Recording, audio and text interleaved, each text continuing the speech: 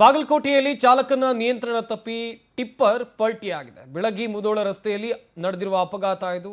ಅನಾಹುತ ತಪ್ಪಿದೆ ಎನ್ನುವ ಮಾಹಿತಿ ಇದೆ. ಬಾಗಲಕೋಟೆಯಲ್ಲಿ ಚಾಲಕನ ನಿಯಂತ್ರಣ ತಪ್ಪಿ ಟಿಪ್ಪರ್ ಪಲ್ಟಿಯಾಗಿರುವುದು.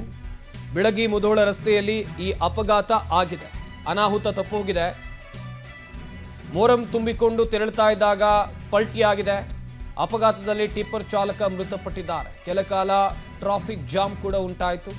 ಸ್ಥಳಕ್ಕೆ ಬೆಳಗಿ ಠಾಣೆ ಪೊಲೀಸರು ಭೇಟಿ ಕೊಟ್ಟು ಪರಿಶೀಲನೆಯನ್ನು ನಡೆಸಿದ್ದಾರೆ.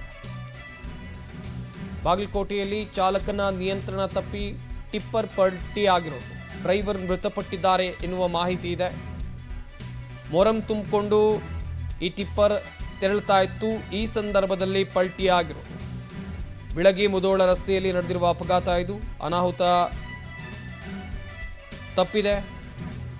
ಕೆಲಕಾಲ ಟ್ರಾಫಿಕ್ ಜಾಮ್ ಕೂಡ ಉಂಟಾಯಿತು.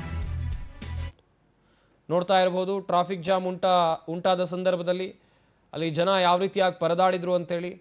ಕೂಡಲೇ ಪಲ್ಟಿಯಾಗಿದ್ದ ಟಿಪ್ಪರನ್ನು ಮೇಲಕ್ಕೆತ್ತುವ ಕೆಲಸವನ್ನು ಕೂಡ ಮಾಡಲಾಯಿತು.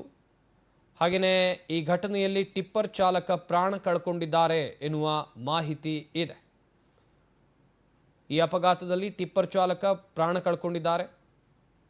ಬೆಳಗ್ಗೆ ಮುದೋಳ ರಸ್ತೆಯಲ್ಲಿ ನಡೆದಿರುವ ಅಪಘಾತ.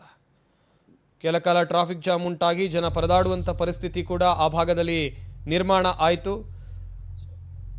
ಬಾಗಲಕೋಟೆಯಲ್ಲಿ ಚಾಲಕನ ನಿಯಂತ್ರಣ ತಪ್ಪಿ ಟಿಪ್ಪರ್ ಪಲ್ಟಿಯಾಗಿರೋದು.